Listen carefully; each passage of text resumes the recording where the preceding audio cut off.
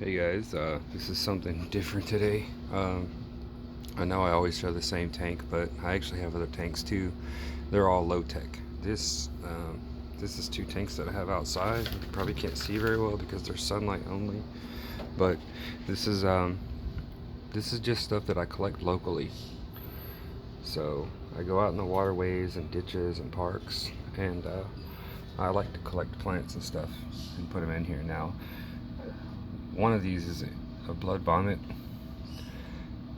and that doesn't go in here.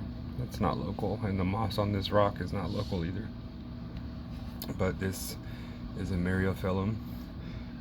People call it parrot's feather, and that's what this is. I have Ludwigia. I think it's called pepaloids. It's a floating only Ludwigia. It cannot grow underwater. These are just probably an outside weed, but if it grows near, in, or next to water, like marsh plants, bog plants, I still collect them. This is Eleocharis montevidius, which is giant hairgrass, which they do sell for aquariums also, just like the parrot's feather. And here's another one. This floater doesn't belong in here. That's not local. And these couple Limnophylla aromaticas, they don't go in here either. I just stuck them in here, but they're not local. This is a Sagittaria platyphylla. You can see the cool design on it. Maybe it's hard to see on camera. It has a kind of a hint of a leopard design.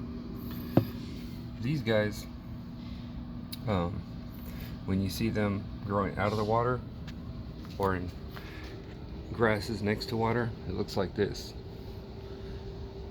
You'll have a big fat leaf like this growing underwater growth. Looks like this. Like, you know, Sagittaria. Here's my other outside tank. That's another one of the same plant. Underwater they grow different. But you know, Sagittaria sabulatum is dwarf Sagittaria, dwarf sag. It's like a chain grass that you buy for your tank. Well, this is like a fat giant version of it. They don't really sell it because it's not popular. Now a couple of these plants here, like these two and the fat little lettuce looking one back here, I don't think those are fully aquatic, but you can see, if you can see it, you can see some hornwort in here.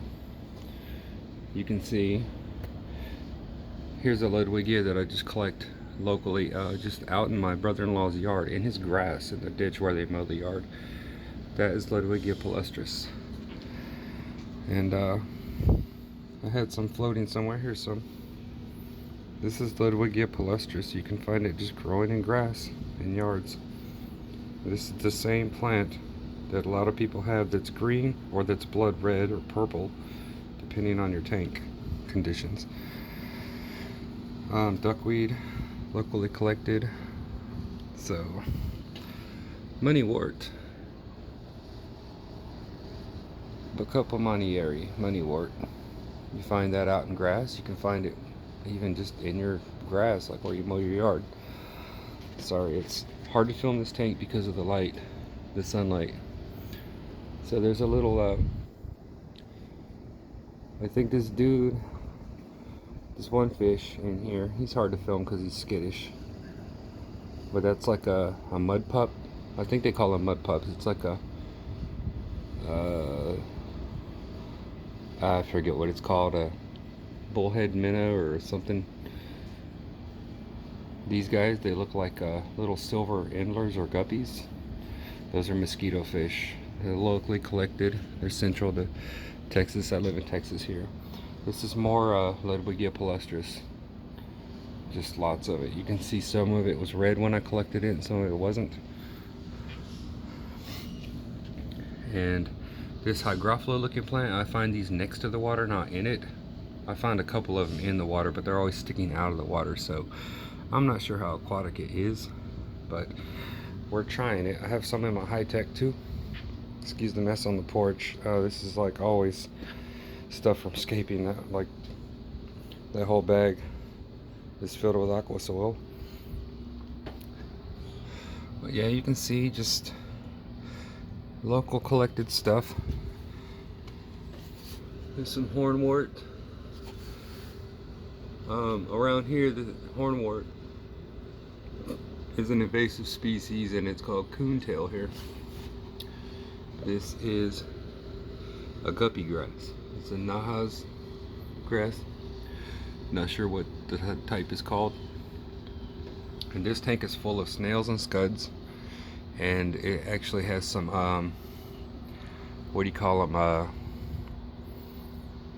dragonfly nymphs. There's some dragonfly nymphs in here and in the other tank over there. But this is just locally collected stuff. That's all it is. The sand isn't.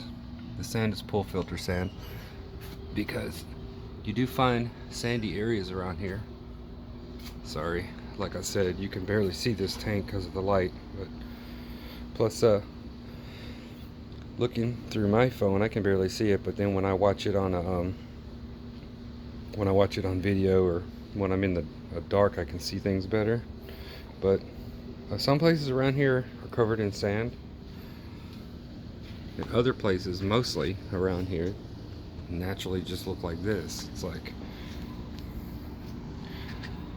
from the side you can see better because the sun's not hitting it, but you see little Ludwigia leaves everywhere, just little crap all over the place. That moss is not local. I need to pull that out. This is local only stuff. That one over there has a couple things that aren't local, but there is a little bit of aqua soil in here. That's not local. I did have some aqua soil, but I tossed it in here to give it a little more height. But some of the sand there and all the mucky mud and all the crap, a lot of that stuff and leaf mush is from local stuff. Because I used to, whenever I used to do trimming and water changes and stuff, or have some duckweed or some extra plants I found or something, I would always just toss them out into a tub that was over here. But over the last 2 years, the tub got really old and weathered and started to crack, and I punched some holes in the bottom of it to drain it down. And I took all the mud and the little freshwater, I don't know if they're called scallops or what. They look like little tiny little clams. I found them in there too, and snails, and I just stuck them all in this tank and this one. So this is a 10-gallon Dinnerlay Scapers cube, a shrimp cube, and we had it inside for a little aquascape. But I just stuck it out here, and for a long time I had like about 5 big lava rocks in it with some sand, and that was it. And I was planning on making an escape out of it, but I just decided, I don't know, I never really did anything with it. And one day I was like, you know what, I'm just gonna like tear everything out and just stick local plants only in it. Like, because when I went to one park and I found this parrot's feather, I was like, ooh, this is the neatest plant I've ever found. Found a bunch of these floating, and the underwater growth, like I said, it's a Myriophyllum. So the underwater growth is like this, but more like more soft and wavy when it adapts and changes. There's some right there, like the little more longer, softer leaves. That's the underwater growth. The out of water growth is like this, kind of more springy. So that's just a look at these 2 local tanks. And like I said, I know you can't really see them very well because of the sun. They're sunlit only, and they only get about maybe 2 hours of direct hard sun at about 7:30 or 8 in the morning. Then after that, they just got kind of a little bit of subdued light, like right now. Sometimes the sun's hitting it hard right now, but after a little bit, it's just indirect light here. So that's it though, just showing some just local stuff. I know it looks like crap, but that's what nature really looks like out where I collect this stuff. It's waterways and ditches. So local collection stuff.